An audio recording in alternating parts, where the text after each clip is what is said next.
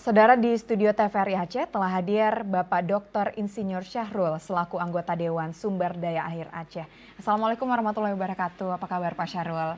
Baik, Waalaikumsalam warahmatullahi wabarakatuh. Ya, Pak Syahrul, belakangan ini kita sudah masuk musim penghujan, banjir di mana-mana di Aceh. Apa sebenarnya yang menjadi penyebab terjadinya banjir di sejumlah wilayah di Aceh? Yang pertama, kalau kita lihat penyebab banjir, pertama kan karena faktor alam. Ya, faktor alam di sini adalah menyangkut dengan curah hujan, intensitas curah hujan yang tinggi, gitu. Itu yang pertama. Kemudian yang kedua adalah menyangkut dengan apa yang disebut dengan faktor non alam, ya, seperti misalnya aktivitas manusia di situ. Di atas bentang alam itu aktivitas manusia itu dua faktor yang menyebabkan banjir. Jadi penyebab banjir bukan faktor tunggal, kira-kira begitu. Nah, dalam keterkaitan hal tersebut, Pak, kita sedang melakukan bagaimana untuk menangani banjir secara terpadu nih, Pak. Seperti apa sebenarnya pola yang akan kita terapkan dengan pola banjir secara terpadu?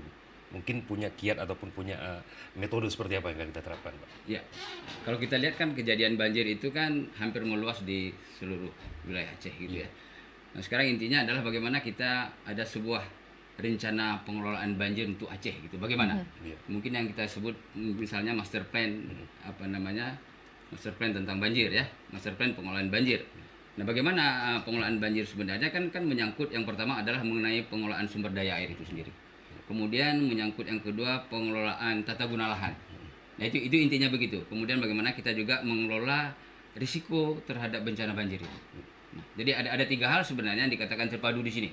Yang pertama tata kelola dari sumber daya airnya, kemudian tata guna lahan, kemudian menyangkut dengan pengelolaan risiko banjir itu sendiri. Ya, apakah Bapak melihat arah kebijakan, katakanlah setiap kabupaten kota ini, Pak, tidak mengacu pada manajemen penanganan risiko terhadap banjir? Bapak melihat anggaran yang dialokasikan oleh masing-masing kabupaten kota ini tidak mengarah kepada hal seperti itu, Pak?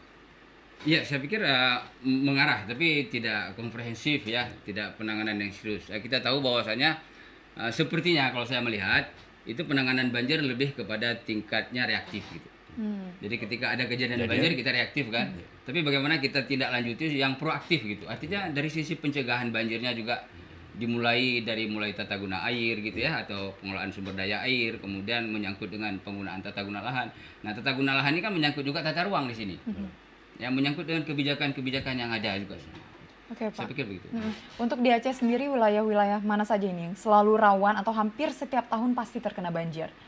Iya, memang ada beberapa wilayah, beberapa daerah yang selalu setiap tahun hampir terjadi banjir. Misalnya di daerah Singkil gitu. Daerah Singkil hampir setiap tahun terjadi banjir. Kemudian di daerah sebagian Aceh Barat juga. Ada daerah Aceh Barat, juga di Kabupaten Aceh Barat hampir setiap tahun terjadi banjir. Bahkan ini Simulu juga ini ya. Aceh Tenggara juga malah. Aceh Tenggara juga apalagi. Ya mungkin ya. Nah, karena sifat banjir itu kan beda-beda. Kita tahu bahwa jenis banjir itu ada yang disebut dikatakan dengan banjir luapan daripada sungai, kemudian juga ada yang disebut dengan banjir genangan gitu. Misalnya karena buruknya drainase gitu. Biasanya itu kan terjadi di perkotaan gitu. Nah, untuk penanganan seperti ini, Pak, kira-kira Bapak sudah melakukan koordinasi. Paling tidak, Pak, butuh anggaran seberapa besar, Pak, kita tahu untuk penanganan secara terpadu. Memang tidak secara serta-merta, mungkin secara multias ini, Pak. Ya memang kalau ditanya anggaran saya nggak bisa mengatakan berapa angkanya, tapi yang luar biasa besar sih kalau untuk kita menangani banjir di Aceh secara keseluruhan dan terpadu itu.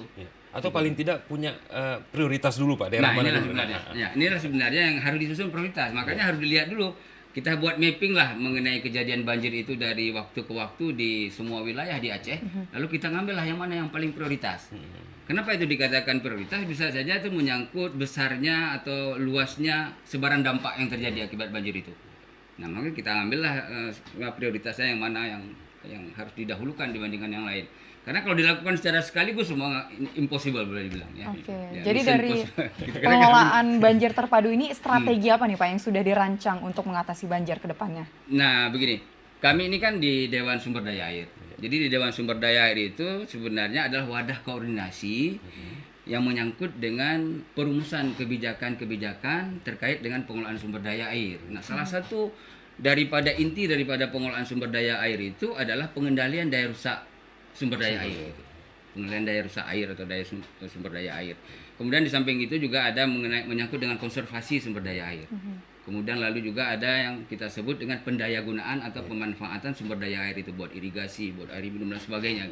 Itu adalah inti daripada pengelolaan sumber daya air.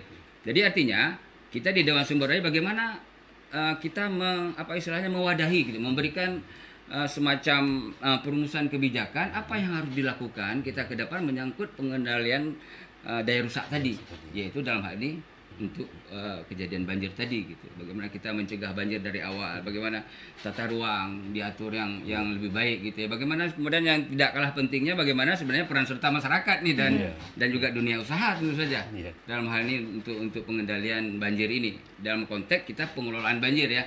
Karena kalau pengelolaan banjir kan lebih luas daripada pengendalian saja gitu ya. Pak, masyarakat dan juga pemirsa kan mungkin banyak yang belum mengetahui sebenarnya Dewan Sumber Daya Air. Nah, sebenarnya koordinasi kita ini seperti apa nih, Pak? Apakah langsung ke gubernur mungkin dengan dinas-dinas terkait, katakanlah seperti dinas pengairan seperti itu, Pak? Nah, ini yang pertama saya ingin katakan bahwa Dewan Sumber Daya Air ini adalah sebenarnya wadah koordinasi yang saya katakan tadi, wadah koordinasi dalam perumusan kebijakan pengelolaan sumber daya air.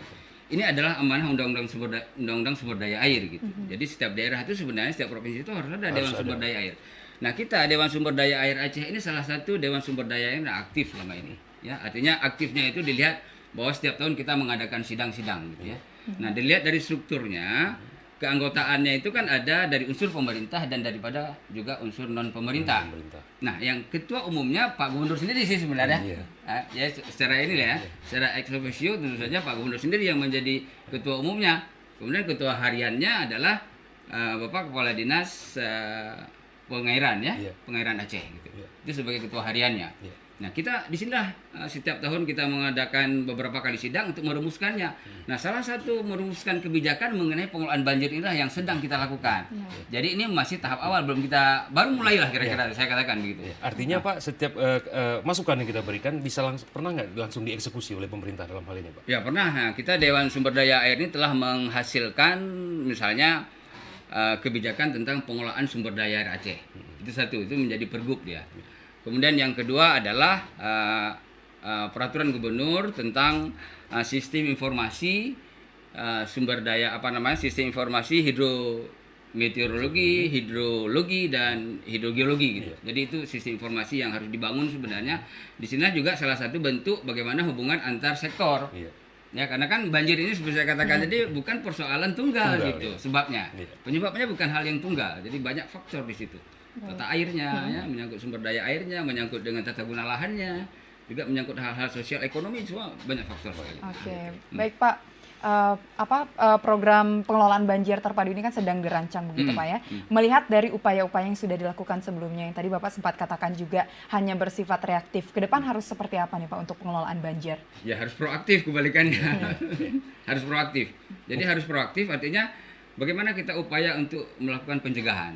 Ya, salah satunya misalnya kita tahu sekarang kalau dari sisi penggunaan lahan terutama di bagian hulu itu ya, kita lihat ya katakanlah adanya penembangan liar begitu, kemudian juga ada penambangan liar dan sebagainya. Kira-kira yang bisa memberikan dampak atau bisa memberikan hasil terhadap intensitas banjir bisa meningkat gitu. Nah, artinya kita tetap dalam hal ini berkoordinasi dengan stakeholder, katakanlah dengan dinas kehutanan, Pak. Bagaimana memberikan pemahaman kepada masyarakat, mungkin dengan lingkungan hidup, bagaimana untuk tetap menjaga kelestarian hutan. Hal-hal seperti ini juga termasuk dalam tupoksi kita sepertinya. Betul. Ya. Kenapa? Karena salah satu anggota daripada Dewan Sumber Daya Air ini adalah Dinas Lingkungan Hidup dan Kehutanan. Nah, pasti itu. Iya. Nah, untuk program jangka menengah, jangka panjang kita, bagaimana seperti target kita Pak ke depan, Pak? Jadi kalau misalnya dikatakan jangka pendek misalnya, itu sudah masing-masing instansi atau masing-masing SKPA gitu, perangkat Aceh gitu ya. Itu kan masing-masing mereka punya tupoksi. Katakanlah dinas pengairan, apa yang harus dilakukan? Ya mereka lakukan aja terus gitu. Itu jangka pendek. Apa-apa itu saja upaya yang perlu dilakukan. Kemudian dinas kehutanan, apa saja yang dilakukan? Katakanlah mereka melakukan rehabilitasi lahan dan konservasi tanah dan air dan sebagainya begitu misalnya ya. Lalu nanti dinas-dinas terkait lainnya juga demikian. Jadi melakukan dalam jangka pendek apa upaya-upaya yang harus dilakukan untuk katakanlah pencegahan banjir itu.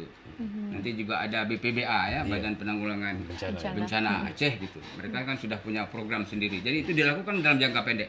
Nah, di dalam jangka menengah maupun jangka panjang, nah itulah bagaimana disusun yang saya sebutkan tadi, Master Plan Pengelolaan Banjir Aceh. Terakhir sekali Pak, mungkin harapan Bapak kepada pemirsa dan juga masyarakat Aceh nih Pak. Nah sebenarnya menyangkut dengan pengelolaan banjir ini tentu saja yang diharapkan dari semua masyarakat itu memberikan dukungan lah gitu ya. Dukungannya ya mulai hal yang kecil-kecil, katakanlah kalau dari hama yang kecil-kecil tidak membuang sampah pada badan-badan air ya, pada saluran-saluran drainase dan sebagainya, pokoknya hal yang kecil dilakukan. Kemudian yang dalam jangka apa istilahnya dalam hal yang lain tentu saja ya kelompok-kelompok masyarakat bagaimana terus ditingkatkan upaya-upaya mereka untuk pencegahan banjir itu dilakukan secara bersama-sama. Ya. Gitu. Baik, terima kasih Pak Syarul sudah hadir di studio TVRI hari ini dalam Habagi Tanyo. Dan saudara kita akan beralih ke informasi selanjutnya.